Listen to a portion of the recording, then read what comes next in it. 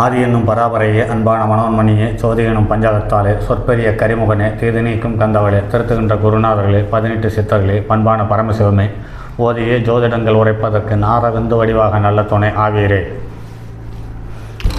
உலகில் உள்ள தமிழ் பேசும் அனைத்து நாள் உள்ளங்களுக்கும் மற்றும் ஜோதிட சார்ந்தவர்களுக்கும் மூத்தவர்களுக்கும் ஆண்டோர்களுக்கும் மற்றும் இந்த காணொலியை காணும் உங்களுக்கும் ஆஸ்ட்ரோராஜின் இனிய நல்வணக்கங்கள்.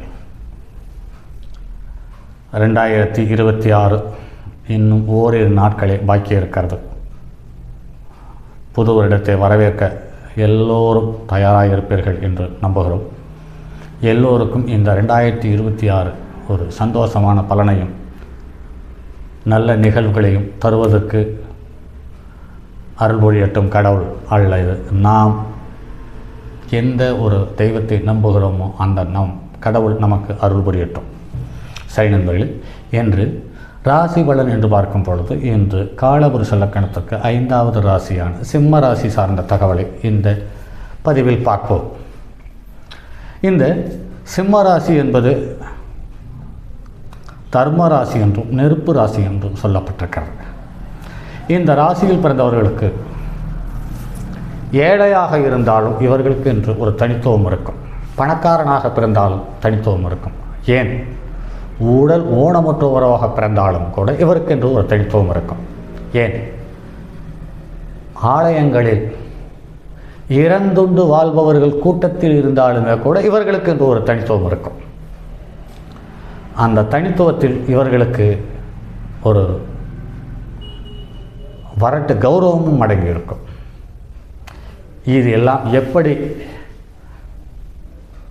இதை தக்க வைத்துக் கொள்கிறார்களோ அந்த அளவுக்கு முரண்பாடான வாழ்க்கை துணை அமைந்து வாழ்க்கையை மிகவும் சிரமப்படுத்தி விடுகிறது என்பது நடைமுறை அனுபவம். அந்த வகையில் இன்று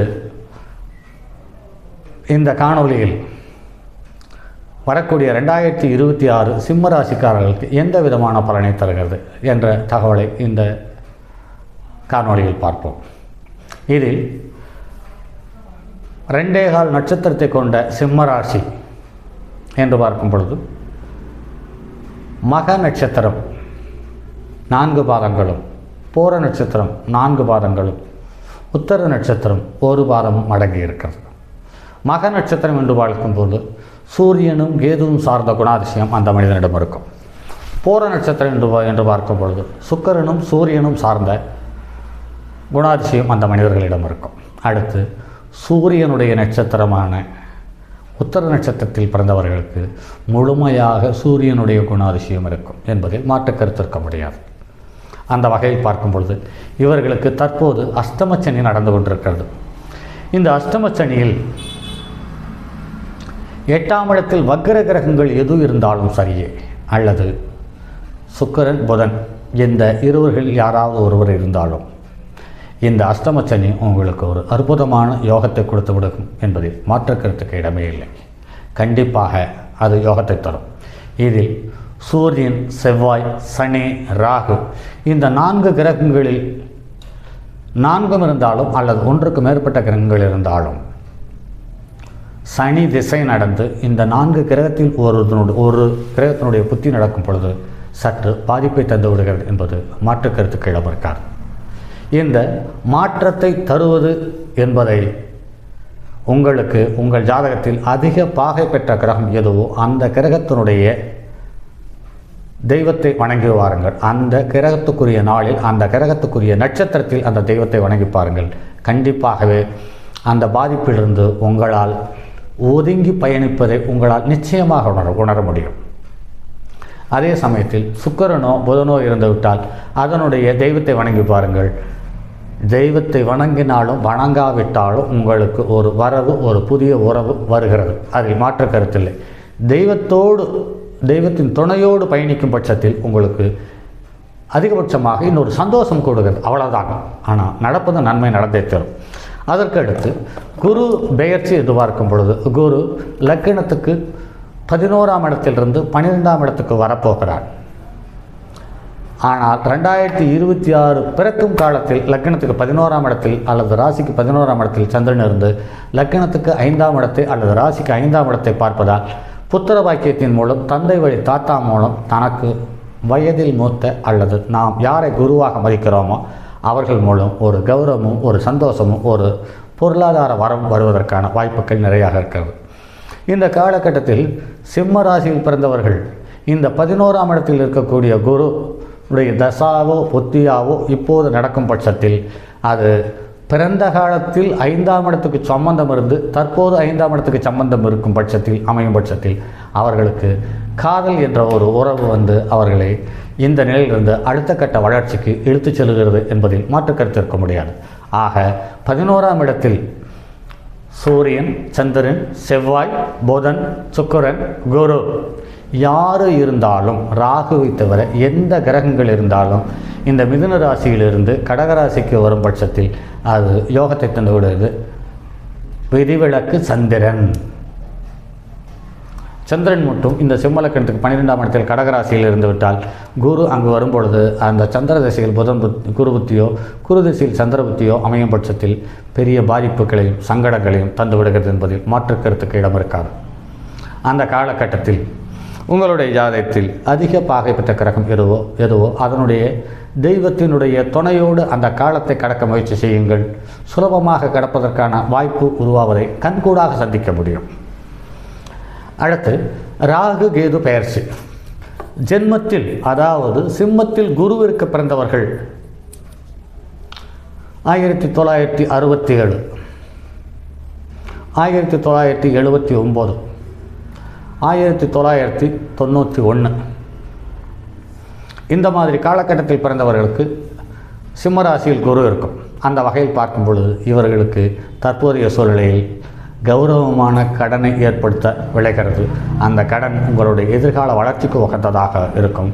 ஆனால் அந்த கடன் வாங்கிய பணத்தை பயன்படுத்துவது இன்னும் 2.5 வருடத்திற்கு எந்தவித லாபத்தையும் பார்க்க முடியாது. 2.5 வருடம் கழித்து அல்லது கடந்த பிறகு நீங்கள் எதிர்பார்த்ததை விட கூடுதல் லாபத்தையும் கௌரவத்தையும் மரியாதையையும் இந்த கடன் உங்களுக்கு தரப்போகிறது என்பதில் மாற்று கருத்து இருக்க முடியாது. அடுத்து ராகு கேது பெயர்ச்சி என்பது சந்திரனுக்கு லக்கணத்துக்கு 7ஆம் இடத்தில் அல்லது சிம்ம லக்கணத்துக்கு 7ஆம் இடத்தில் ராகு கேது பயணிக்கிறார். இந்த சிம்ம லக்கணத்தில் பிறந்தவர்களுக்கு ராகு கேதுனுடைய தசாபுத்தி நடக்கும் பட்சத்தில் கூடுமானவர்கள் எச்சரிக்கையாக இருப்பது சிறந்தது. நிழல் வடிவத்திலும் பிரச்சனைகள் வரும். அதாவது செல்போன் வடிவத்திலேயும் பிரச்சனைகள் வரும், சங்கடங்கள் உருவாகும். இது மனைவியிடம் சிக்கிக்கொண்டு சிரமத்துக்கு ஆளாக வேண்டிய கட்டாய சூழ்நிலைக்கு தள்ளப்படுவார்கள். ஆக இந்த ராகு 7ஆம் இடத்திலிருந்து 7ஆம் இடத்தில் வக்கிர கிரகம் இருந்தால் இதையெல்லாம் கடந்து வெற்றி பெறுவதற்கான வாய்ப்புகள் அமையும். அப்படி வக்கிர கிரகம் இல்லாமல் சனியோ செவ்வாயோ ராகுவோ கேதுவோ பிறந்த காலத்தில் இருக்கும் பட்சத்தில் நிதானத்தை கையாண்டு காந்தியினுடைய குரங்கு பொம்மைகளைப் போல் கண்களையும் மூடி வாயையும் மூடி காதையும் மூடிக்கொள்வது என்பது சாலச் சிறந்தது. அதுவும் எவ்வளவு காலம் என்று பார்க்கும் பொழுது உங்களுடைய ஜாதகத்தில் கும்பத்தில் எந்த கிரகம் இருக்கிறதோ அந்த கிரகத்துக்கு அனுசரணையாக ராகு கடக்கும் காலத்தில் கடப்பதற்கு முன்னால் 36 நாள், பின்னால் 36 நாள் ஆக 72 நாட்களை ரொம்ப அமைதியாக கடக்க முயற்சி செய்யுங்கள். முடிந்தால் சத்தம் இல்லாமல் வாழ்வதற்கு எப்படி என்பதை பரீட்சித்து பாருங்கள். ஆனால் ரொம்ப கொடுமையான காலமாக இருக்கும். ஆனால் அதனால் வரக்கூடிய லாபம் என்பது சாலச் சிறந்ததாக அமையும் என்பதில் மாற்று கருத்து இருக்க முடியாது. ஆக ராகு பயிற்சி சற்று ஏற்ற இறக்கத்தை தருகிறது. குரு பயிற்சி ஜாதகமான சூழ்நிலை தருகிறது. சனி பயிற்சி சனிக்கு நட்பு கிரகங்கள் 8இல் இருக்கும் பொழுது யோகத்தை தந்து விடுகிறது.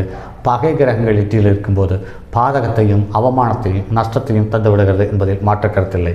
ஆக ஒரு ராசி பலன் என்பது ஒரு கிரகம் ஒரு ராசியிலிருந்து இன்னொரு ராசியை கடக்கும் காலத்தில் அங்கு அந்த கிரகத்துக்கு நட்பு கிரகம் இருந்தால் யோகத்தை தந்து விடுகிறது, பகை கிரகம் இருந்தால் பாதகத்தை தந்து விடுகிறது. யோகமோ பாதகமோ அதனுடைய தசாபுத்தி இருந்தால் மட்டும்தான் என்பதை மனதில் கொள்ளுங்கள். ஆக அஷ்டமச்சனியில் இருக்கும் சிம்மராசிக்காரர்கள் பயப்பட வேண்டிய அவசியமில்லை. ஈஸியாக காலத்தை கொஞ்சம் நிதானத்தோடு கடக்க பாருங்கள். அப்படி இல்லை எனில் உங்களுடைய கர்ணநாதன் எதுவோ அந்த கர்ணநாதனுக்குரிய தெய்வத்தை வழிபட்டு வாருங்கள். இந்த காலகட்டத்தை ஈஸியாக அதாவது சுலபமாக கடப்பதற்கு அந்த தெய்வம் உங்களுக்கு கூட துணையிருந்து வழி நெடுக அழைத்து செல்லும் என்பதில் மாற்று கருத்தில்லை.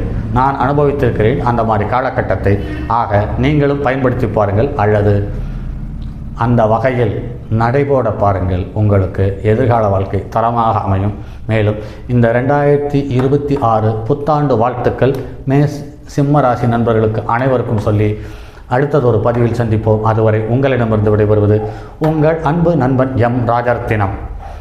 என்னுடைய அலைபேசி எண் 9788972999 97913999649. தங்கமான் மழுவோடேந்தி தன்மதி தலையில் கொண்டோர் மங்கையர் பதிக்கச் சொன்ன மாமொழி ஜோதிடத்தை இங்கு யாம் உரைப்பதற்கோர் இமை என்னும் பிள்ளை வராமற்காக்க செங்கன் மால் மருகன் யானைச்சிறன் பதம்.